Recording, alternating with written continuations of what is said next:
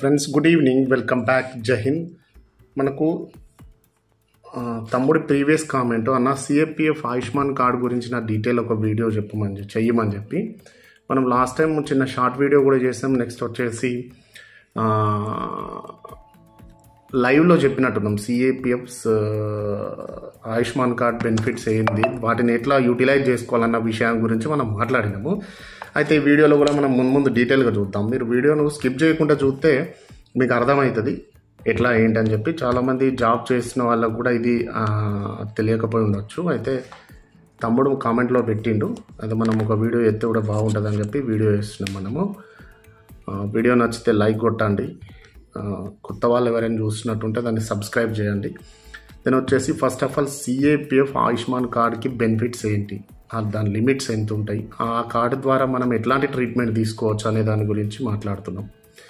First వచ్చేసి ఒక సిఏపిఎఫ్లో భర్తీ అయిన సెలెక్ట్ అయిన పర్సన్కి, క్యాండిడేట్కి ఆయుష్మాన్ కార్డ్ అనేది ఇష్యూ అవుతుంది. అంతకుముందు ఆయుష్మాన్ రాకముందు ఆఫ్లైన్ ప్రాసెస్ ఉండే, అది రెఫర్ షీట్ ద్వారా మనం ట్రీట్మెంట్ చేయించుకోవాల్సిన పరిస్థితి ఉండే. రెఫర్ చేయించుకొని యూనిట్ డాక్టర్ తోటి అప్పుడు ప్రైవేట్ హాస్పిటల్కి డైరెక్ట్ వెళ్ళడానికి లేకుండే మన డాక్టరు నియరెస్ట్ గవర్నమెంట్ హాస్పిటల్కి చేస్తుండే. స్పెషలైజ్డ్ డాక్టర్ ఎక్కడైతే ఉంటారో ఆ డాక్టర్ దగ్గరికి చేస్తే అతను ట్రీట్మెంట్ని బట్టి ట్రీట్మెంట్ చేస్తుండే. ఒకవేళ ఆయన దగ్గర ఎట్లాంటి స్పెసిఫిక్ ట్రీట్మెంట్స్ అవైలబుల్ లేకపోయి ఉంటే ఆయన నియరెస్ట్ ప్రైవేట్ హాస్పిటల్కి చేస్తే అట్లాంటి ట్రీట్మెంట్ జరిగేది. ఒకవేళ ఎమర్జెన్సీ కండిషన్లో అయితే ఎమర్జెన్సీలో వెళ్ళి ఎమర్జెన్సీ సర్టిఫికేట్ పెడితే వచ్చిన తర్వాత ఆ బిల్ అన్ని క్లెయిమ్ చేసుకుని అకౌంట్ త్రూ డబ్బులు అయితే మనకు అప్పుడు వచ్చేటి అనమాట, అమౌంట్ అనేది వచ్చేది రియంబర్స్మెంట్ రూపంలో. ఇప్పుడు సిఏపిఎఫ్ కార్డ్ వచ్చిన తర్వాత ఒక సిఏపిఎఫ్ పర్సన్ భర్తీ సెలెక్ట్ అయిన తర్వాత అతనికి ఆయుష్మాన్ కార్డ్ అనేది ఇష్యూ అవుతుంది. ఆయుష్మాన్ కార్డ్ అతనికి సర్వీస్ బుక్లో ఎంటర్ అయిన ప్రతి అతని కుటుంబ సభ్యులకు కూడా ఆయుష్మాన్ కార్డ్ ఇష్యూ అవుతుంది. దాన్ని అతను యాక్టివేట్ చేసుకోవాల్సి ఉంటుంది. యాక్టివేట్ ఎట్లా అనంటే బయోమెట్రిక్ ద్వారా, ఆధార్ ఓటీపీ ద్వారా, అంటే కుటుంబ సభ్యుల ఆధార్ దానికి వచ్చిన ఓటీపీ ఇండివిజువల్ బయోమెట్రిక్ ద్వారా ఆ కార్డును అయితే యాక్టివ్ చేయించుకోవాల్సి ఉంటుంది. కార్డు యాక్టివ్ స్టేటస్లో ఉన్నప్పుడు ఇండివిజువల్స్ అండ్ ఫ్యామిలీ మెంబర్స్ కూడా ఎట్లాంటి ట్రీట్మెంట్ చేసుకోవచ్చు అంటే, ఫస్ట్ కార్డుకి ఒక 5 lakh లిమిట్ ఉంటుంది. అంటే దాన్ని లిమిట్ని ఇంక్రీజ్ చేసుకుంటూ వెళ్తారనమాట. ఎట్లా అనంటే 5 lakh అయిపోయిన తర్వాత మళ్ళీ 5 lakh వెంటనే రిన్యూ అవుతుంది అన్నట్టు కార్డు ఆటోమేటిక్గా. దాని గురించిన ఆందోళన అవసరం లేదు మనకు.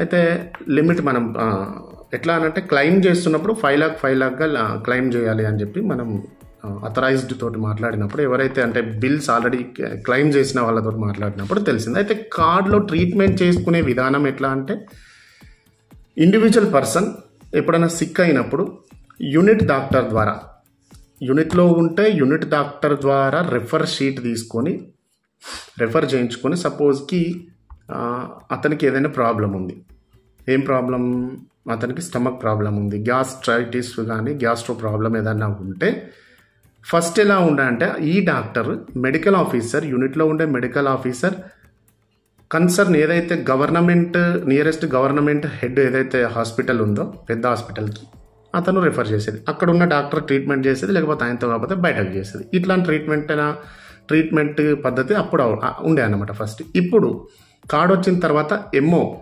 మెడికల్ ఆఫీసర్ డైరెక్ట్గా స్పెషలిస్ట్ ఎవరైతే ఉన్నారో డాక్టర్, సపోజ్కి మనం వెళ్ళినాం, నాకు ప్రాబ్లం ఉంది స్టమక్లో, ఈ యూనిట్ డాక్టర్ దగ్గరికి వెళ్తే ఆయన మనల్ని రెఫర్ చేస్తాడు. నియరెస్ట్ గ్యాస్ట్రో హాస్పిటల్ ఎక్కడుంది, లేకపోతే మల్టీ స్పెషాలిటీ హాస్పిటల్ ఎక్కడుంది, అది కూడా ఆయుష్మాన్ ఇన్పానల్డ్ అని చెప్పి. ఆయుష్మాన్ కార్డ్ వచ్చిన తర్వాత సెంట్రల్ గవర్నమెంట్ అనేది కొన్ని హాస్పిటల్స్ది లిస్ట్ అవుట్ చేసింది. అంటే ఏ హాస్పిటల్స్లో ఆయుష్మాన్ కార్డ్ అనేది ఎలిజిబుల్, ఆయుష్మాన్ కార్డ్ ద్వారా క్యాష్లెస్ ట్రీట్మెంట్ చేసుకోవచ్చును అని చెప్పి ఆయుష్మాన్ ఇన్పానల్డ్ లిస్ట్ అని చెప్పి ఒకటి all India wise list out చేసింది.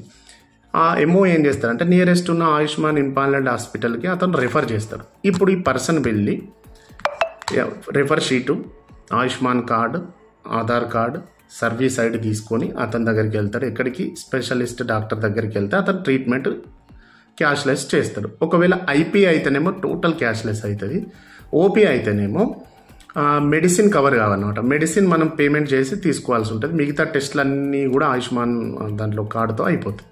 ఆ మెడిసిన్ని మళ్ళీ మనం యూనిట్కి వచ్చేసి ఒక సైట్ ఉంది, ఆయుష్మాన్ భారత్ ఒక సైట్ ఉంది. ఆ సైట్లోకి విజిట్ అయ్యి ఆ సైట్లో కూడా ఎలా వెళ్ళాలి ఏంటి అనేది నేను నెక్స్ట్ వీడియోలో చెప్తాను. ఆ సైట్లో విజిట్ చేసి రెఫర్ షీటు, ఈ Ayushman card number, self family members ఇట్లాంటివి ఉంటాయి అన్నమాట. వాటిని ఆ ఓటీపీతో ఎంటర్ చేసి బిల్స్ అనేటి దాంట్లో మనం ఏ టాబ్లెట్ వైజ్ సమ్మరీ కానీ బిల్స్ కానీ దాంట్లో అప్లోడ్ చేస్తే మనకు రియంబర్స్మెంట్ వస్తుంది. ఇది ఓపీ అన్నమాట, అవుట్ పేషెంట్ తరీకా.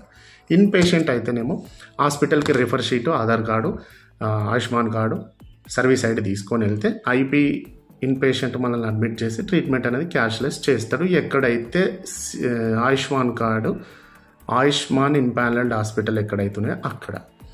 ఒకవేళ ఫ్యామిలీ మెంబర్స్కి ఏదైనా సమస్య వస్తే సేమ్ నియరెస్ట్ సిఏపిఎఫ్ హాస్పిటల్ దగ్గరికి వెళ్ళి ఆ డాక్టర్తో రిఫర్ చేయించుకొని మన ఆయుష్మాన్ ఇన్పానల్డ్ హాస్పిటల్కి వెళ్ళి ట్రీట్మెంట్ చేసుకుంటారు.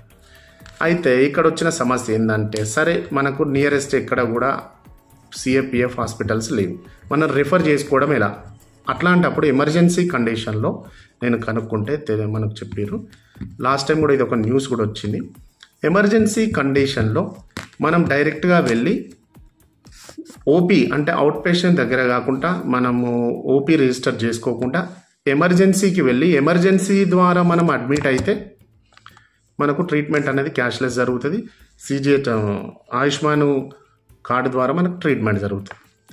లేదు మరి మన దగ్గర ఎక్కడ కూడా ఆయుష్మాన్ కార్డు ఇన్పానల్డ్ హాస్పిటల్ ఎక్కడ లేవు, మరి ఎట్లా అని అంటే దానికి కూడా ఎమర్జెన్సీలో ఆ హాస్పిటల్కి వెళ్ళి ఎమర్జెన్సీ ద్వారా అడ్మిట్ అయ్యి తర్వాత వచ్చేసి ఎమర్జెన్సీ సర్టిఫికెట్ పెట్టేసి సిఏపిఎఫ్ ఆయుష్మాన్ సైట్లోకి వచ్చేసి రియంబర్స్మెంట్ నింపుకోవచ్చు అని చెప్పినారు. మనకి ఎవరైతే అథరైజ్డ్ సీట్ హ్యాండ్లర్స్ ఉంటారో వాళ్ళు మనకి ఇట్లాంటిది అయితే చెప్పడం జరిగింది.